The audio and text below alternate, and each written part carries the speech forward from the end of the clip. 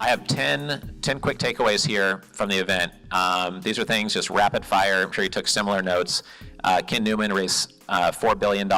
He said to be number one in something, be 100% prepped. And he said avoid the $140 million mistake he made of cross-collateralizing everything. That's a huge mistake to help someone avoid, even if it's a $500,000 mistake, a $100,000 mistake. That's something to take note of. Dave Zook talked about influencing influencers, which has exponential results compared to just trying to get one client of one CPA, influence the CPA.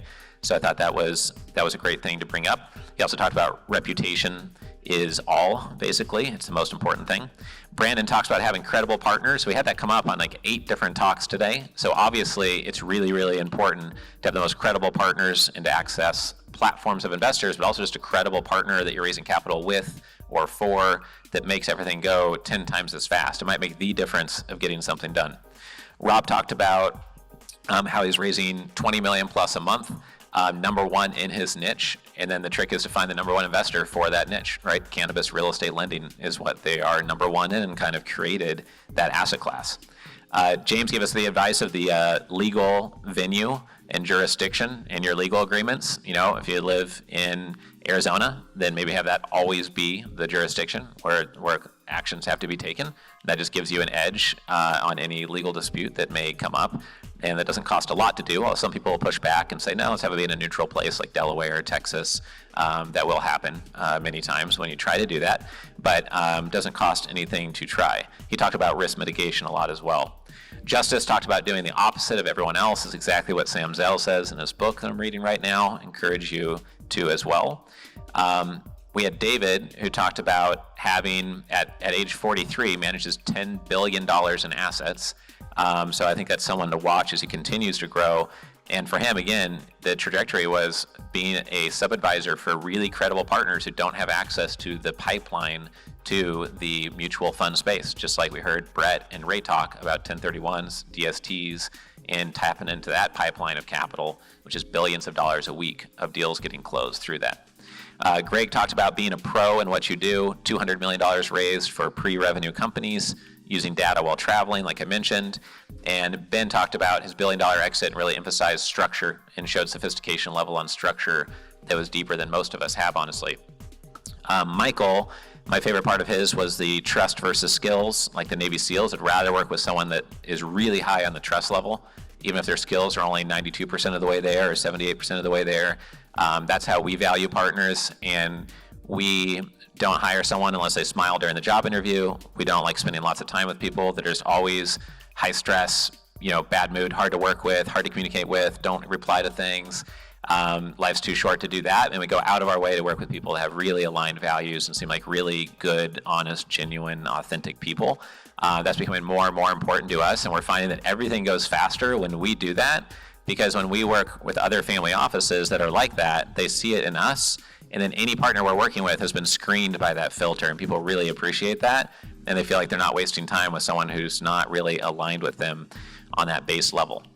So those are some of my notes. I've got many more over there, as I'm sure you guys do. I'm trying to move through this relatively quickly so we don't keep you here any later in order to get to the cocktails. I want to remind you to check out billionaires.com. You might listen to Tony Robbins or Mark Cuban or Jeff Hoffman and get something totally different than what I got from the talk. We had someone say they listened to the Tony Robbins interview for the 3rd time because it's so short, and there's just so many insights packed in there that they got a ton of value out of it. If you loved this event, you can share this event with your team. We've recorded it. We've been streaming it live. We've got an HD recording, and then we can get you that access. It's going up in the member portal here shortly so that you can share it with someone else in your team and have this be maybe training. If they join your team and they're going to be helping you raise capital, or your partner wasn't able to come, then have them watch this so they kind of get what you're talking about on kind of the macro level of what all these expert capital raisers said in one day. We talked about institutional quality, talked about how Chip really reminded me of someone who's just really institutionally polished. It's just something to keep in mind, and please just ask for these slides, or they should be in the welcome email, so you can look at that and read through these 10 points if you'd like to after the event. Ways to add value to investors. This is the number one way we talked about this morning. You saw it come out a bit. when Dean was talking about how they had 5,000 hours of video watched, and their best investors watched 4 hours of video. That's adding value to the investor, teaching them about modular, whether or not they invest with Dean, and then they feel comfortable because of that context of trust, and the trust being more important than the pitch, perhaps. So these are the events coming up later this year. We have 3 masterminds in October. We have our Deal Flow Expo Investor Summit coming up in San Francisco. You do not want to miss that one. You'll be hearing from almost all investors on stage, meeting with investors in the room. It's completely different than this event because you can't buy a one-off ticket, and it's got investors speaking on stage instead of expert capital raisers.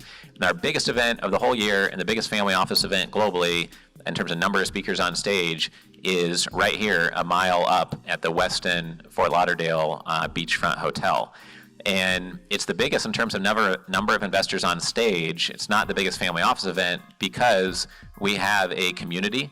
And if we wanted to sell a bunch of $500 or $100 tickets, I mean, we could fill up a stadium and, Cardone style, and there's nothing wrong with that. Grant Cardone's spoken at many of our events.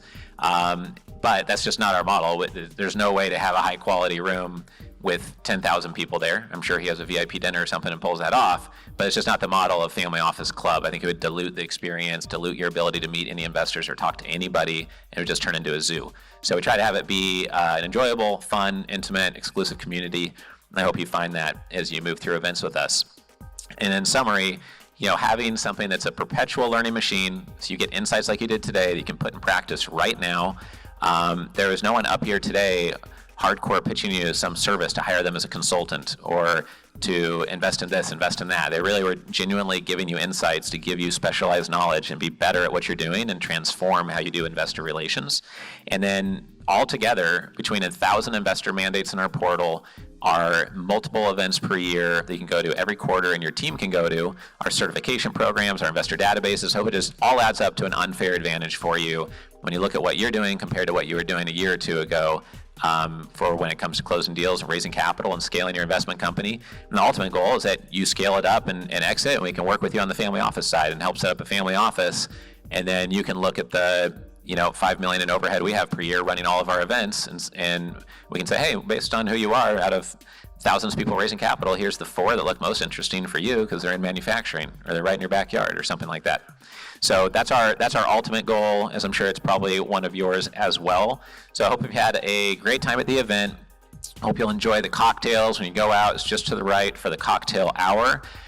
If you need access, you couldn't find the PowerPoints through the welcome email. If you're not clear on how membership works, if you just joined membership, you need a new member walkthrough with Jennifer, or have any questions about our platform and how to get more engaged with us, everyone on our team is really hardworking and tries to do our very best to making sure that everyone here didn't feel like they wasted their time at all and that they get a great ROI out of your time invested, most importantly. Because at the end of the day, you raise $1 million extra, it's probably worth $50K or $100K to you. Raise a couple million, it might be worth $100,000 to you that you can earn. So at the end of the day, it's not the money you're investing in our community, it's really your time you're investing in. If we over-deliver to you, you're going to want to be a member for years, and then we'll be there when you exit one day, we hope. So that's our alignment with you, because I'm sure you're not running the same platform I am, so we're just trying to give things away as fast as we learn them. So I hope everyone's enjoyed the day. Let's enjoy cocktails now for an hour, and appreciate everyone's attention. Thank you. Join the Family Office Club by visiting familyoffices.com. We look forward to seeing you at our next live event.